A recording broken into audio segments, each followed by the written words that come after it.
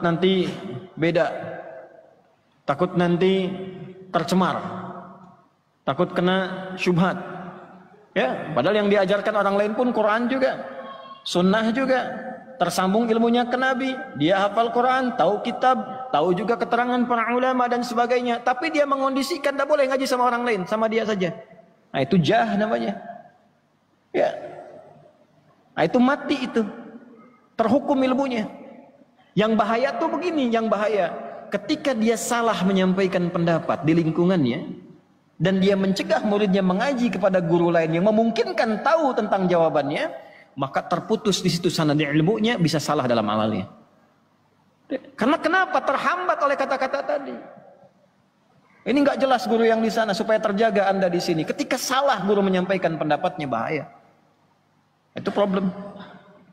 Makanya yang dicari itu bagaimana Nabi memberikan petunjuk, ulama merangkum itu. Ini Hasan al-Basri, cek. Imam Nawawi sampaikan nih 4 kualifikasi. Nah, sering saya sampaikan, ilmu diambil dari siapapun ulama yang benar, yang baik. Kalaupun ada hal-hal yang kurang sependapat dengan itu, misal bisa jadi karena kurang pengetahuan kita belum sampai ke situ, atau yang kedua kita kurang cocok dalam mengamalkan itu. Nah, jangan kemudian dihambat itu dengan kesimpulan-kesimpulan yang tidak baik. Itu nanti ada pembahasan dalam bab yang kedua. Khusus untuk siapa? Untuk penuntut ilmu. Nanti kita akan belajar itu. Itu dalam pembuka sudah disebutkan langsung. Bagaimana ciri penuntut ilmu yang diberkahi. Sekarang kita belajar ciri pengajar pengetahuan yang diberkahi oleh Allah Subhanahu wa Ta'ala. Jadi yang pertama, kondisi hati seseorang yang mati itu ketika pengajarannya diikat oleh unsur duniawi. Ya. Bahasa tegasnya kalau dalam Quran tuh ginilah, wala tamnun tastakthir.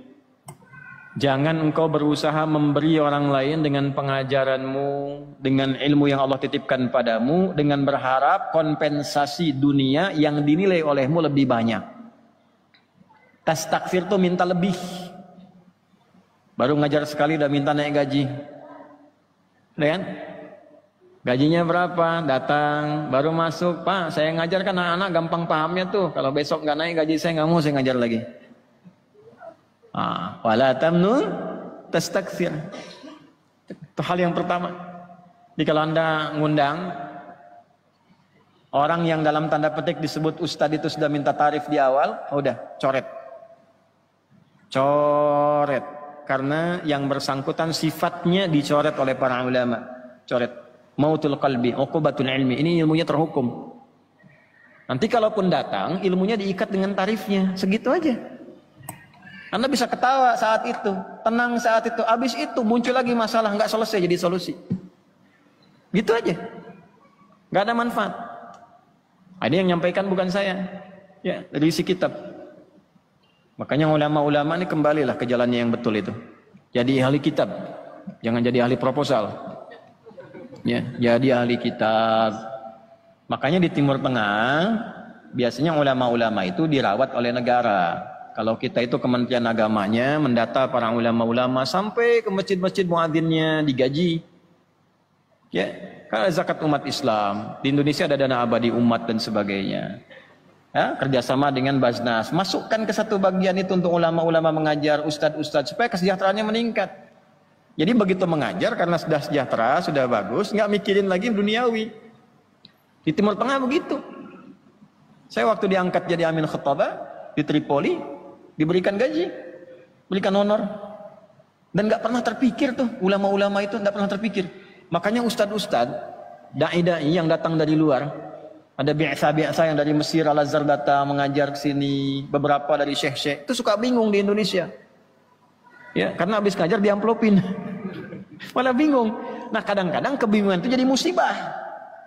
Karena setan ikut di amplopnya itu. Begitu ngajar tempat lain nggak ada amplop, setan masuk. Sini nggak ada amplopnya. Nah, ini yang bahaya.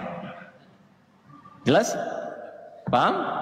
Nah, yang kedua, thalabul jah, mencari popularitas. Nah, ini diingatkan di dalam surah yang sangat disukai dan jadi favorit Nabi sallallahu alaihi wasallam.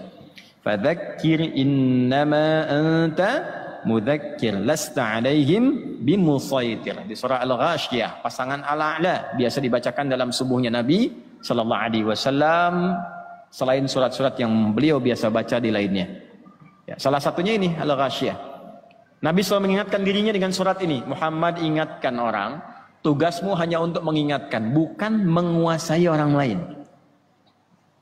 Bukan memonopoli sesuatu. Ustadz juga sama, Nabi aja diingatkan, apalagi Ustadz. Adi, tugasmu hanya menyampaikan, bukan monopoli jamaah, memaksa jamaah. Jangan ngaji sama orang ya. Itu sama siapa Ustadz? Sama jin. Oh enggak, ngajinya di sini aja. Tidak boleh. Silahkan lepaskan. Ya, satu kali ada seorang penuntut ilmu datang pada syekhnya. Syekh minta izin, ada ustadz itu kiai baru, jamaahnya agak banyak, saya pengen ngaji ke situ, pengen tahu apa yang diajarkan. Syekhnya bijak, oh iya berangkat aja supaya kamu tahu. Begitu tahu 1-2 hari balik lagi. Kok kamu pulang lagi? Oh, bid'ah itu katanya. Bid'ah, Anda bayangkan tuh. Loh, dari mana tahu kamu? Berangkat dulu, dampingi dulu majlisnya, mujalasah fihi, ya, duduk kamu di situ 2-3 pekan, duduk dulu baru kembali lagi ke sini. Karena perintah syekhnya maka diikuti. Sepekan, 2 pekan belum balik, 3 pekan belum balik, 4 pekan belum balik, 5 pekan belum balik, sudah agak lama baru balik. Syekhnya tanya, kemana aja kamu? Ternyata sunnah juga.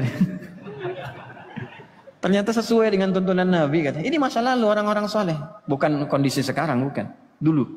Jadi dulu pun sudah ada suasana itu, makanya diingatkan oleh Nabi Shallallahu Alaihi Wasallam. Maka bagaimana cirinya supaya ilmu berkah, supaya muridnya juga berkah? Dari guru tadi yang disampaikan kita ikuti, kita cari dengan baik, lalu sambil mencari itu kita pun perbaiki diri. Jangan